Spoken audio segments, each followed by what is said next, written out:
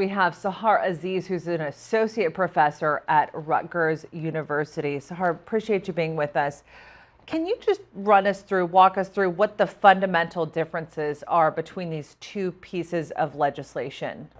At this point in time, what we have is individuals who want to allow more people in from Central America and to allow asylum law to be more maximum and maximalist in terms of its implementation. And then there are others who want to close the border and they want to have a wall, in many ways similar to the wall that we see in Israel, that distinguishes between or separates the Palestinians from the Israelis. And so we're emulating this very militaristic model of having a wall between the United States and Mexico. So there's two competing visions. Democrats have one idea of what is needed to secure the border, to prevent the terrible images that we see of migrants risking their lives to come to America. And you have the Republican version of that, which, as you mentioned, includes the wall. But this has been an issue, administration after administration. Why, for our international audience, from the outside looking in, can you just talk about why it is so difficult for Congress to pass comprehensive immigration reform? Well, for the Republicans, race is an issue. What's happening is the United States is changing in its demographics. And in 2045, America for the first time will not be a white majority country.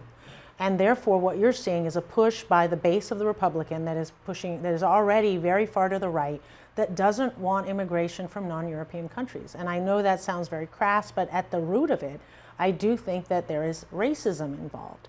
The Democrats, on the other hand, look at it as if, well, the more immigrants we have that are working hard, that are paying taxes, that are legitimate in terms of their asylum claims, then the more the country thrives, and that's effectively the history of the United States. We've always thrived based on immigration.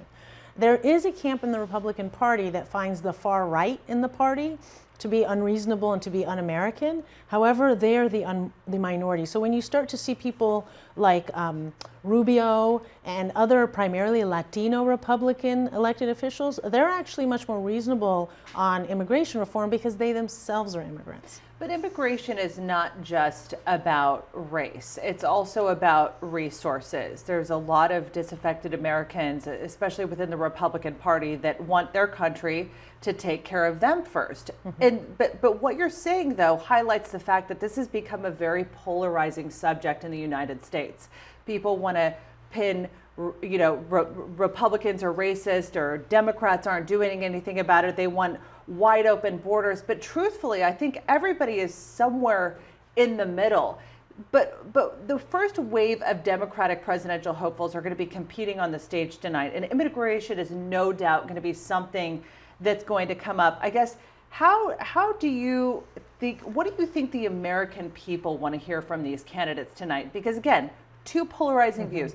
Democrats, borders are wide open. Republicans, racist. They don't want immigrants coming into the country. Build a wall and close it up. I think what Americans want depends on their view of immigrants. I think if you are an American who, unless you're a Native American or unless you are an African American, your ancestors came as immigrants. Unfortunately, there are people who close the door behind them, and they don't think of immigrants the way that they should, in terms of your grandparents, your great-grandparents, your great-great-grandparents came, they built themselves up, and now you are in a position of privilege. I think that's the fundamental problem conceptually on the Republican side. On the Democratic side, I think that you're correct. Some of them have a knee-jerk rejection of some of the Republican proposals. And what they need to do is a better job of showing that, no, we're not calling for wide open borders with absolutely no regulation. And in fact, we do want some restrictions. But we are operating under the premise that immigrants are good for the economy. Immigrants are good for the country.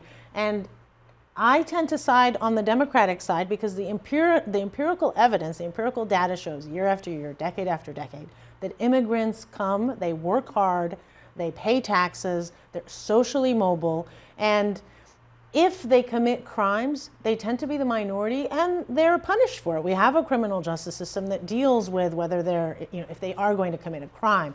But to assume that every immigrant is axiomatically here to commit a crime is false. People come here as economic immigrants and as refugees fleeing some form of political persecution. That's 99% of immigrants today and in the past in the United States. And in the meantime, two opposite ends of the spectrum. We're seeing, of course, this continue to play out in Congress, these two separate bills. Neither one of them look like they're going anywhere anytime soon. So the debate continues. I'm sure we'll be hearing more from the 2020 presidential candidates tonight. Sahar Aziz, appreciate you being with us. Thank you. Thank you.